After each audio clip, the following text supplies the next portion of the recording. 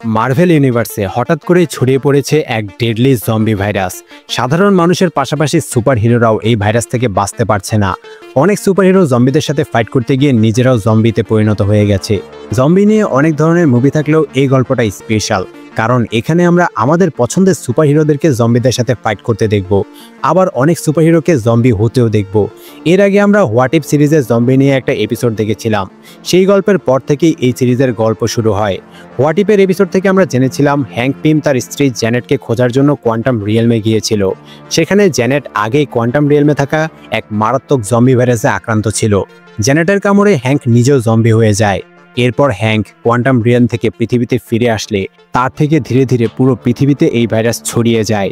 2 সপ্তাহের মধ্যেই সাধারণ মানুষের পাশাপাশি Iron Man, Captain America, Hawkeye, Doctor Strange, Wanda Maximoff সহ অনেক সুপারহিরো জম্বিতে পরিণত হয়ে যায়। এরপর বেঁচে থাকা সুপারহিরোরা মিলে পৃথিবীকে বাঁচানোর জন্য ফাইট করতে শুরু করে। একসময় তারা জানতে পারে ভিশন টিচালাকে জীবন্ত আটকে রেখেছে, যাতে জম্বি হয়ে যাওয়া ওয়ান্ডাকে ধীরে ধীরে তাজা মাংস খাওয়াতে পারে। অলরেডি সে টিচালার একটা পা কেটে ফেলেছে। হিরোরা এসে টিচালাকে উদ্ধার করে। ভিশনও তার ভুল বুঝতে পারে। ভিশনের মাথায় থাকা মাইন্ডস্টোনের কারণে জম্বিরা তাদের উপর আক্রমণ করছিল না। তারা বুঝতে পারে মাইন্ডস্টোনের মাধ্যমে এই ভাইরাসের অ্যান্টিডোট তৈরি করা যাবে। অনেক স্যাক্রিফাইসের পর শেষ পর্যন্ত টিচালা, স্পাইডারম্যান আর অ্যান্টম্যান ওয়াকান্ডার উদ্দেশ্যে রওনা দেয়। তখন দেখা যায় থ্যানোস অলরেডি 5টা স্টোন হাতে নিয়ে তার আর্মি নিয়ে মাইন্ডস্টোন নেওয়ার জন্য ওয়াকান্ডাতে আক্রমণ করেছে।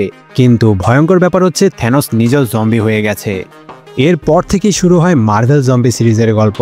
জম্বিদের কারণে প্রায় ধ্বংসপ্রাপ্ত পৃথিবীতে আমরা ক্যাট বিশপ, কামালা খান আর রেডি উইলিয়ামসকে জম্বিদের সাথে ফাইট করতে দেখি। রেডি উইলিয়ামস মৃত আয়রনম্যানের বডি থেকে তার স্যুটটাকে উদ্ধার করে এনেছে। টনি স্টার্কের এআই ফ্রাইডে স্যুটটাকে কন্ট্রোল করছে। মাথা ছাড়া দেখতে ভয়ঙ্কর লাগে, তাই তারা স্যুটের উপর একটা ডলের মাথা লাগিয়ে দিয়েছে। তারা 3 জন ফ্রেন্ড মিলে এভাবেই প্রতিদিন জম্বিদের সাথে ফাইট করে সার্ভাইভ করে যাচ্ছে। হঠাৎ একদিন তারা খেয়াল করে একটা কুইন জেট তাদের খুব কাছেই ল্যান্ড করেছে। অ্যাভেঞ্জারদের কেউ কুইন জেটে থাকতে পারে ভেবে খুশি হয়ে তারা কুইন জেটের কাছে চলে যায়। তবে শিপের ভিতরে ঢুকে তারা পাইলটের সিটে একজন মৃত ব্যক্তিকে দেখতে পায়। রেডি স্ক্যান করে জানতে পারে তার পেটে একটা ডিভাইস আছে। তারা বুঝতে পারে ডিভাইসটা অনেক গুরুত্বপূর্ণ, তাই তো সে এটাকে রক্ষা করার জন্য গিলে ফেলেছে। কামালা প্যাট ছিঁড়ে ডিভাইসটাকে বের করে আনে। তখনই জম্বি হকাই দূর থেকে তাদের উপর আক্রমণ করে। তারা কোনো মতে হকাইয়ের অ্যাটাক থেকে বেঁচে একটা সেফ জায়গায় চলে আসে। এরপর ঘাটাঘাটি করে রিডি বুঝতে পারে লোকটার প্যাট থেকে উদ্ধার করা ডিভাইসটা হচ্ছে একটা ট্রান্সমিটার। তবে এটা কোনো ছোটোখাটো ট্রান্সমিটার না, এর মাধ্যমে পুরো গ্যালাক্সিতে সিগন্যাল পাঠানো সম্ভব। সহজেই প্রোটেক্ট করার জন্য পিম পার্টিকেলস ব্যবহার করে ডিভাইসটাকে ছোট করা হয়েছে। সম্পূর্ণভাবে বোঝার জন্য ডিভাইসটাকে শিল্ডের যে কোনো একটা মাদারবোর্ডের সাথে কানেক্ট করতে হবে। কিন্তু এখন তো আর শিল্ডের কোনো বেস অবশিষ্ট নেই। তবে রিডি বলে সে একটা জায়গা চিনে যেখানে এখনও শিল্ডের সিস্টেম আছে। তারা গাড়ি নিয়ে ওহিও শহরে যাওয়ার জন্য রওনা দেয়। অনেক দূর যাওয়ার পর তারা আকাশে আলোর ঝলকানি লক্ষ্য করে। এই আলোর ঝলকানি থান্ডারের চাইতে ডিফারেন্ট লাগছে। তখনই হঠাৎ করে উপর থেকে তাদের উপর কিছু একটা আক্রমণ করে। ব্যালেন্স হারিয়ে তাদের গাড়ি উল্টে যায়। তারা নিজেদেরকে সামলে নেয়। তবে আকাশে 2 রকমের আলোর ঝলকানি তখনও চলছে। এর মাঝে সেখানে থাকা জম্বিরা তাদেরকে ঘিরে ধরে। জম্বিদের সাথে অনেকক্ষণ তাদের লড়াই চলে। তখন উপর থেকে তাদের সামনে ল্যান্ড করে মার্ভেলের সুপারম্যান ইটারনাল ইকারিস। তারা ইকারিসকে জম্বি ভাবলে ফ্রাইডে জানায় ইকারিস কোনো অর্গানিক মানুষ না, অর্থাৎ সে জম্বি না। তখন আবারও তাদের পিছনে ক্যাপ্টেন মার্ভেল ল্যান্ড করে। ক্যাপ্টেন মার্ভেল অলরেডি ইনফেক্টেড হয়ে গেছে। মূলত ইকারিস আর ক্যাপ্টেন মার্ভেল এতক্ষণ ধরে ফাইট করছিল, তাই আকাশে এত আলো দেখা যাচ্ছিল। তাদের মধ্যে আবারও ফাইট শুরু হয়ে যায়। এই সুযোগে কামালা, রিডি আর ক্যাট বিশপ পালাতে থাকে। কিন্তু হঠাৎ করেই কোনো কারণে ক্যাপ্টেন মার্ভেল ক্যাট বিশপের দিকে এগিয়ে আসে। সে তীর মেরে ক্যাপ্টেন মার্ভেলকে আটকানোর চেষ্টা করে। তবে এতে ক্যাপ্টেন মার্ভেলের কিছুই হয় না। ক্যাপ্টেন মার্ভেলের অ্যাটাকে ক্যাট বিশপ মারা যায়। এটা দেখে কামালা খান ইমোশনাল হয়ে সেদিকে দৌড়ে গিয়ে ক্যাপ্টেন মার্ভেলকে অ্যাটাক করে। তবে লাইটের অ্যাটাকে ক্যাপ্টেন মার্ভেলের তো কিছুই হবে না। এই অবস্থা দেখে রিডি ফ্রাইডেকে তার কাছে থাকা সে ট্রান্সমিটার ডিভাইসটা দিয়ে কামালাকে নিয়ে চলে যেতে বলে। রিডি একাই জম্বিদের সাথে ফাইট করতে থাকে আর ফ্রাইডে কামালাকে দূরে সরিয়ে নিয়ে ওহিওতে চলে যেতে বলে। ফ্রাইডে বলে সে তার আগের মালিক টনিকে হারিয়েছে, এখন রিডিকেও সে হারাতে চায় না। এটা বলে ফ্রাইডে রিডিকে হেল্প করতে চলে যায়। তবে সেখানে অনেক মারাত্মক কিছু ব্লাস্ট হয়, যাতে হয়তোবা রিডি মারা যায় আর ফ্রাইডে ধ্বংস হয়ে যায়। এরপর ক্যাপ্টেন মার্ভেল আবারও কামালার উপর আক্রমণ করে, যেন সে কামালা থেকে ডিভাইসটা কেড়ে নিতে চাচ্ছে। তবে ইকারিসের কারণে সে কামালার কাছে আসতে পারে না। কামালা দৌড়াতে দৌড়াতে নিচে পড়ে যায়। তখন কেউ একজন বাইক নিয়ে এসে কামালাকে উদ্ধার করে নিয়ে যায়। চেঞ্জ ফিরে আসলে কামালা তার সামনে একজনকে দেখে ভয় পেয়ে যায়। তার চোখগুলো জ্বলজ্বল করছে। সে নিজের পরিচয় দেয় ব্লেড। আর এখন ব্লেড মুনগড খুনসুর অবতার। কামালা ক্যাট বিশপ আর রেডির জন্য মন খারাপ করলে ব্লেড বলে তারা আর বেঁচে নেই, এটাই সত্যি। কামালা ব্লেডকে ডিভাইসটা দেখিয়ে বলে তার বন্ধুরা এই জিনিসটা রক্ষা করতে গিয়ে নিজেদেরকে স্যাক্রিফাইস করে দিয়েছে। মূলত ব্লেড খুনসু থেকে জেনেছে এই ডিভাইসটা অনেক গুরুত্বপূর্ণ, তাই সে কামালাকে উদ্ধার করেছে। এবার তারা একসাথে ওহিও যাওয়ার জন্য বের হয়ে যায়। এখানে তাদের মধ্যে কিছু কথা হয় যাতে আমরা জানতে পারি খুনসুর আগের অবতার জম্বি ভাইরাসে আক্রান্ত হয়েছিল। এরপর খুনসু ব্লেডকে তার নতুন অবতার হিসেবে চুজ করেছে। দীর্ঘ সময় ট্রাভেল করে তারা ওহিওতে গিয়ে পৌঁছায়। মূলত রেড গার্ডিয়ান, মেলিনা, ইয়েলেনা আর কিছু উইডো মিলে এই জায়গাটা প্রোটেক্ট করছে। মেলিনার কাছে এমন একটা ডিভাইস আছে যার মাধ্যমে সে জম্বিদেরকে কন্ট্রোল করতে পারছে। কামালা তাদেরকে ট্রান্সমিটার ডিভাইসটা দেখিয়ে বলে পৃথিবীকে রক্ষা করার জন্য এটা খুবই গুরুত্বপূর্ণ, কিন্তু এর ভিতরে কি আছে জানার জন্য তার শিল্ডের মাদারবোর্ড দরকার। পৃথিবীকে রক্ষা করা যাবে শুনে তারা ব্লেড আর কামালাকে ভিতরে যাওয়ার অনুমতি দেয়। শিল্ডের মাদারবোর্ডের সাথে কানেক্ট করে তারা জানতে পারে ডিভাইসটার মধ্যে একটা নির্দিষ্ট ফ্রিকোয়েন্সির সিগন্যাল আছে। এর মাধ্যমে ইন্টারগ্যালাকটিক অথরিটি নোভা কর্পসের সাথে যোগাযোগ করা যায়। একমাত্র নোভা কর্পসের কাছে এমন অ্যাডভান্স টেকনোলজি আছে যার মাধ্যমে তারা এই পৃথিবীকে হিল করতে পারবে। কিন্তু ওয়াকান্ডা পৃথিবীর চারদিকে এমন একটা শিল্ড অ্যাক্টিভেট করে রেখেছে যার কারণে কোনো ধরনের ফ্রিকোয়েন্সি সিগন্যাল পৃথিবীর বাইরে যেতে পারে না, আবার কোনো সিগন্যাল পৃথিবীতে আসতেও পারে না। তাই এই ট্রান্সমিটারটার মাধ্যমে ফ্রিকোয়েন্সি পাঠাতে হলে স্পেসে ওয়াকান্ডার শিল্ডের বাইরে যেতে হবে। তখনই হঠাৎ ওয়ার্নিং বেল বেজে ওঠে, তার মানে বেসে জম্বি অ্যাটাক করেছে। তারা বেসের বাইরে ওয়াকান্ডার প্রোটেক্টর ওকোয়েকে দেখতে পায় যে জম্বিতে পরিণত হয়ে গেছে। ব্লেড জানায় ওকোয়ে এখন Queen of the Dead Wanda ম্যাক্সিমপের হয়ে কাজ করছে। ওয়ান্ডা মূলত কামালার কাছে থাকা ডিভাইসটা নিতে চাচ্ছে, তাই সে ওকোয়েকে ডেড আর্মি নিয়ে কামালার পিছনে পাঠিয়েছে। জম্বিরা বেসের উপর আক্রমণ করে দিলে সবাই দ্রুত বের হয়ে যেতে শুরু করে। এখানে আমরা ব্লেড আর জম্বি গোস্টের মধ্যে একটা দারুণ ফাইট দেখতে পাই। ব্লেড তার স্কিল দিয়ে গোস্টকে হত্যা করে, কিন্তু অন্যদেরকে সেফটি দেওয়ার জন্য ইয়েলেনার মা মেলিনা গেট বন্ধ করে নিজেকে স্যাক্রিফাইস করে দেয়। মেলিনা এখানেই মারা যায়। বাকিরা বাইক নিয়ে কোনো মতে বেস থেকে পালিয়ে বের হয়ে আসে। মেলিনাকে হারিয়ে ইয়েলেনা আর রেড গার্ডিয়ান ইমোশনাল হয়ে যায়। এবার তাদেরকে একটা শিপ খুঁজে বের করতে হবে যার মাধ্যমে তারা স্পেসে ওয়াকান্ডার বানানো শিল্ডের বাইরে গিয়ে ট্রান্সমিটারটাকে অন করতে পারে। এতে সিগন্যাল পেয়ে নোভা কর্পস পৃথিবীকে রক্ষা করতে আসবে। ব্লেড বলে সে একটা জায়গায় চেনে যেখানে গেলে একটা স্পেসশিপ পাওয়া যাবে। এদিকে জম্বি অ্যাপোকালিপসে শহরের সবাই যখন জম্বি হয়ে যাচ্ছিল তখন ক্যাটি আর শ্যাংচি নিজেদের জীবন বাঁচানোর জন্য দৌড়াতে শুরু করে।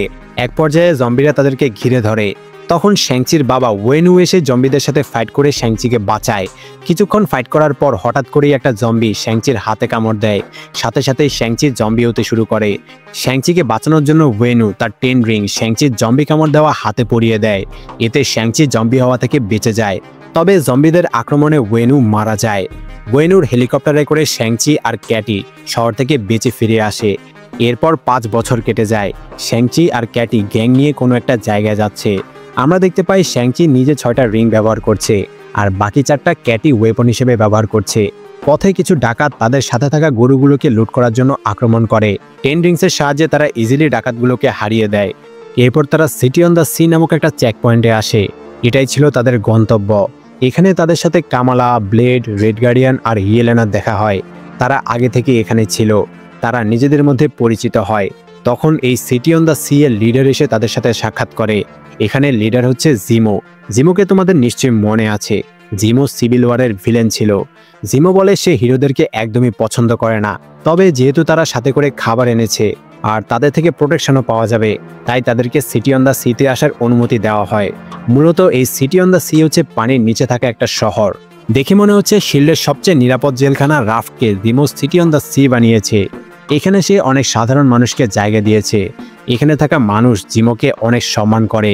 জিমো সবার উদ্দেশ্যে ভাষণ দেয় আর লড়াই চালিয়ে যাওয়ার জন্য মোটিভেশন দেয়। এরপর সিটি অন দ্য সি পানির নিচে যেতে শুরু করে।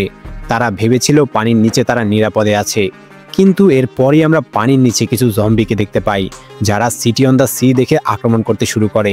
মূলত এরা ছিল আটলান্টিয়ান যারা জম্বি হয়ে গেছে।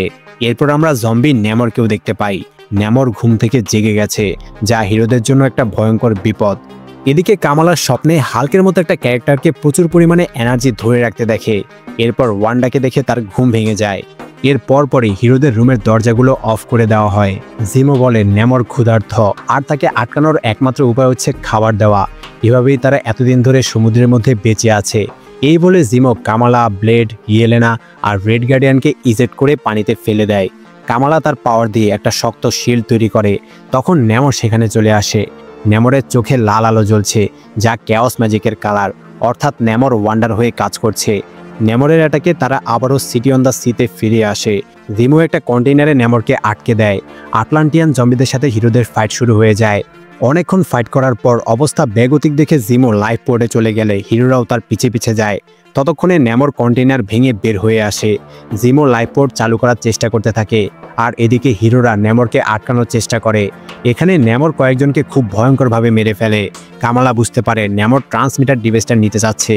ট্রান্সমিটারটা দেখালে নেমর কামালার উপর আক্রমণ করে। তখন কামালা তার সর্বশক্তি দিয়ে নেমরের মাথা ব্লাস্ট করে নেমরকে হত্যা করতে সক্ষম হয়। এরপর লাইফ পোর্টের দরজা অফ হয়ে যায়। যেহেতু যে কোনো একজনকে পোর্টটাকে ইজেক্ট করতে হবে, তাই Yelena city on the city থেকে যায়। এখানে রেড গার্ডিয়ান আর ইয়েলেনার মধ্যে ইমোশনাল কিছু কথা হয়। ইয়েলেনা বলে এটাই তার জন্য একটা হিরোইক ডেথ।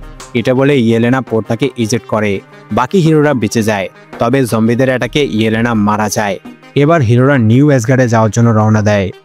এরপর কাহিনী আবারও 5 বছর আগে সেই সময়ে চলে যায়, যখন জম্বি অ্যাপোকলিপস শুরু হয়েছিল।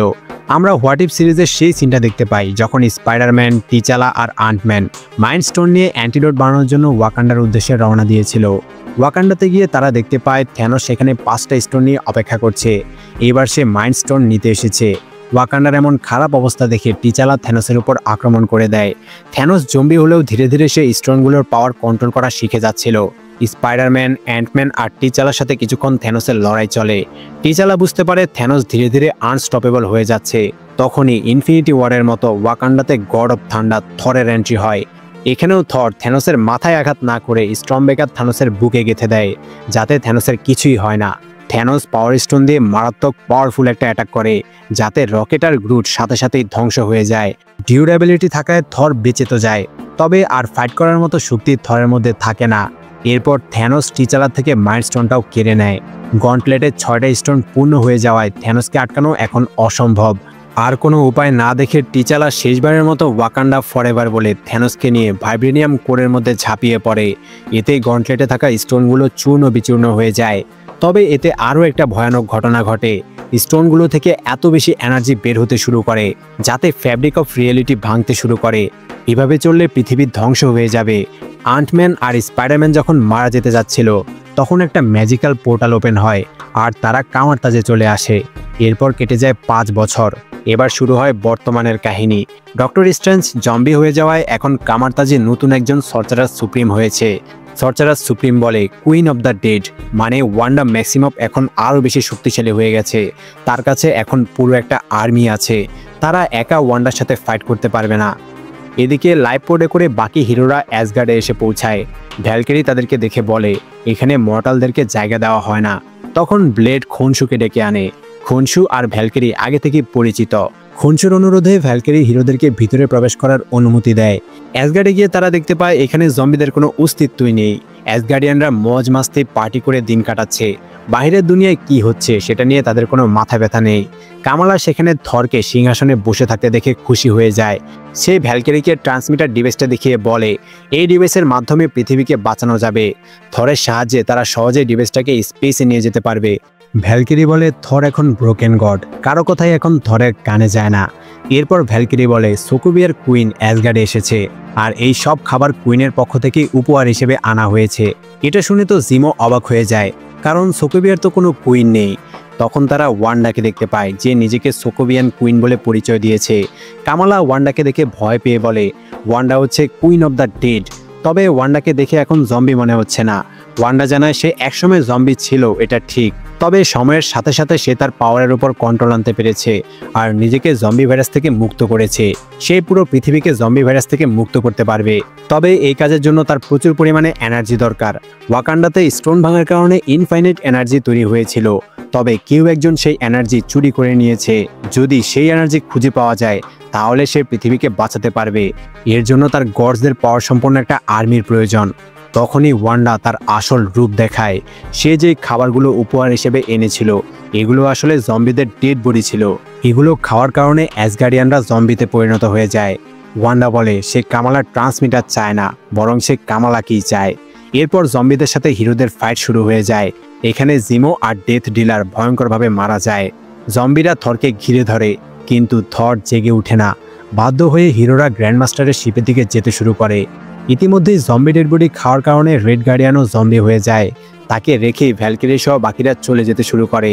তবে ওয়ান্ডা তার পাওয়ার দিয়ে স্পেসশিপটাকে টেনে নিচে নামিয়ে আনে।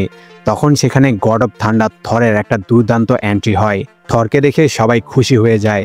থর ওয়ান্ডাকে মারাত্মক কিছু অ্যাটাক করে আর হিরোদেরকে দ্রুত চলে যেতে বলে। কামালা থরকেও তাদের সাথে আসতে বলে। তবে থর কামালাকে অ্যাভেঞ্জার ঘোষণা করে দিয়ে এখান থেকে চলে যেতে বলে। থর ওয়ান্ডার সাথে লড়াই চালিয়ে যায় আর হিরোরা শিপ নিয়ে স্পেসের উদ্দেশ্যে চলে যায়। ওয়াকান্ডা শিল্ডের বাইরে স্পেসে গিয়ে তারা ট্রান্সমিটার অন করে নোভা কর্পসকে সিগন্যাল পাঠায়। এরপর তারা আলোচনা করছিল নোভা কর্পসের কাছে সিগন্যাল পৌঁছাতে কত সময় লাগতে পারে, আর সাথে সাথে নোভা কর্পসের শিপ সেখানে চলে আসে। ভ্যালকিরি বলে কিছু একটা সমস্যা আছে, কারণ সিগন্যাল পৌঁছাতে অন্তত 1 সপ্তাহের টাইম লাগবে। আসলে নোভা কর্পস এখানে পাহারা দিচ্ছে যাতে পৃথিবী থেকে কেউ তাদের প্ল্যানেটে ঢুকতে না পারে। গ্যালাক্সির বাকি প্ল্যানেটগুলো পৃথিবীকে কোয়ারেন্টাইন করে রেখেছে যাতে জম্বি ভাইরাস পৃথিবীর বাইরে না ছড়াতে পারে। পৃথিবী থেকে শিপ আসতে দেখে নোভা কর্পস তাদের উপর আক্রমণ করে দেয়। একসময় শিপ ভেঙে তারা নিচে পড়তে শুরু করে। তখন কিছু ম্যাজিক্যাল পোর্টাল ওপেন হয় আর তারা কামারতাজে চলে আসে। সর্সারাররা তাদেরকে জানায় ব্ল্যাক প্যান্থার পৃথিবীকে বাঁচানোর জন্য যে পদক্ষেপ নিয়েছিল তাতে স্টোনগুলো ধ্বংস হয়ে এত পরিমাণে এনার্জি নির্গত হতে শুরু করে যা পুরো পৃথিবীকে ধ্বংস করে দিচ্ছিল। তাদের এমন একজন হিরোর দরকার ছিল যে এই ইনফাইনাইট এনার্জি নিজের মধ্যে অ্যাবজর্ব করতে পারবে। তখন ব্রুস ব্যানার হাল্ক হয়ে এই এনার্জি অ্যাবজর্ব করেছিল। হাল্ক এখনও সেই এনার্জি রক্ষা করছে। ওয়ান্ডা তার ইভিল প্ল্যান পূরণ করার জন্য হাল্কের থেকে এই এনার্জি কেড়ে নিতে যাচ্ছে। তাদেরকে যে করেই হোক ওয়ান্ডাকে হাল্কের কাছে যাওয়া থেকে আটকাতে হবে। এদিকে ততক্ষণে ওয়ান্ডা তার পাওয়ারফুল ডেড আর্মি নিয়ে হাল্কের উপর আক্রমণ করে। হাল্ক খুব ইজিলি ডেড আর্মিকে এনার্জি ব্যবহার করে হারিয়ে দেয়। একের পর এক আর্মি হাল্কের উপর আক্রমণ করেই যায়। দীর্ঘ সময় লড়াই করে হাল্ক দুর্বল হয়ে গেলে ওয়ান্ডা এনার্জি কেড়ে নেওয়ার জন্য হাল্কের কাছে আসে। তখন সুপার হিরোরা সেখানে এন্ট্রি নেয়। এত বিশাল আর্মি দেখে সবাই মৃত্যুর জন্য রেডি হয়ে যায়। তবে তারা শেষ পর্যন্ত লড়াই করবে। কামালা বিসমিল্লা বলে ফাইট করতে রেডি হয়। কামালা খান একজন মুসলিম ক্যারেক্টার, সো এখানে অবাক হওয়ার কিছু নেই। দীর্ঘ সময় তাদের মধ্যে ফাইট চলে। কয়েকজন হিরো এখানেই মারা যায়। জম্বিরা যখন হিরোদেরকে হারাতে পারছিল না তখন ওয়ান্ডা তার আসল চাল দেয়। আবারও গড অফ থান্ডার থরের দারুণ একটা এন্ট্রি হয়। তবে এবার থর একজন জম্বি। থরের পাওয়ার এবং ওয়ান্ডার কেওস ম্যাজিক মিলে থর এখন ইউনিভার্সের একটা আনস্টপেবল ফোর্স। থরের কাছে যাওয়ার চেষ্টা করলে মুহূর্তের মধ্যেই ব্লেড ধ্বংস হয়ে যায়। এরপর থর হাল্কের উপর আক্রমণ করে। দুই মোস্ট পাওয়ারফুল এন্টিটির মধ্যে লড়াই শুরু হয়ে যায়। তবে হাল্ক তার এনার্জি ব্যবহার করে ফাইনালি থরের মাথা ফাটিয়ে থরকে মেরে ফেলে। এই সুযোগে ওয়ান্ডা এসে হাল্কের বডিতে টাচ করে এনার্জি অ্যাবজর্ব করতে শুরু করে। হিরোরাও মারা যেতে থাকে। এটাই যেন দি এন্ড। কামালা ওয়ান্ডাকে আটকানোর চেষ্টা করলে ওয়ান্ডা বলে কামালার পাওয়ার তার সামনে খুবই ক্ষুদ্র। সে কামালার ক্ষতি করতে চায় না। পৃথিবীকে বাঁচানোর জন্য তার কামালাকে প্রয়োজন। এই সব কিছুই সে শুধুমাত্র পৃথিবীকে ঠিক করার জন্য করেছে, নইলে এসব করার তার কোনো প্রয়োজন ছিল না। কামালা আশেপাশে তাকিয়ে তার বন্ধুদের করুণ অবস্থা দেখতে পায়। এতে ওয়ান্ডার কথায় কামালা কনভিন্স হয়ে যায়। সে ওয়ান্ডার দিকে হাত বাড়িয়ে দেয়। হাত ধরার সাথে সাথে কামালার বডিতে এনার্জি ট্রান্সফার হতে শুরু করে। পুরো পৃথিবীতে এই এনার্জি ছড়িয়ে এক নতুন রিয়েলিটি তৈরি হয়ে যায়। এরপর নিজ বাড়িতে কামালার ঘুম ভাঙে। সে তার বন্ধু রিরি উইলিয়ামস আর ক্যাট বিশপকে সুস্থ অবস্থায় দেখতে পায়। এরই সাথে সাথে পুরো পৃথিবী যেন ঠিক হয়ে গেছে। কোথাও জম্বি ভাইরাসের কোনো নিশানাই নেই। কামালা নতুন পৃথিবী আর বন্ধুদেরকে ফিরে পেয়ে শুকরিয়া করতে থাকে। তখনই সে আবারও তার আশেপাশে জম্বিদের ঝলক দেখতে পায়। প্রথমে তার মনে হয় এটা তার ভুল ধারণা, কিন্তু বারবারই সে এমন সিন দেখতে থাকে।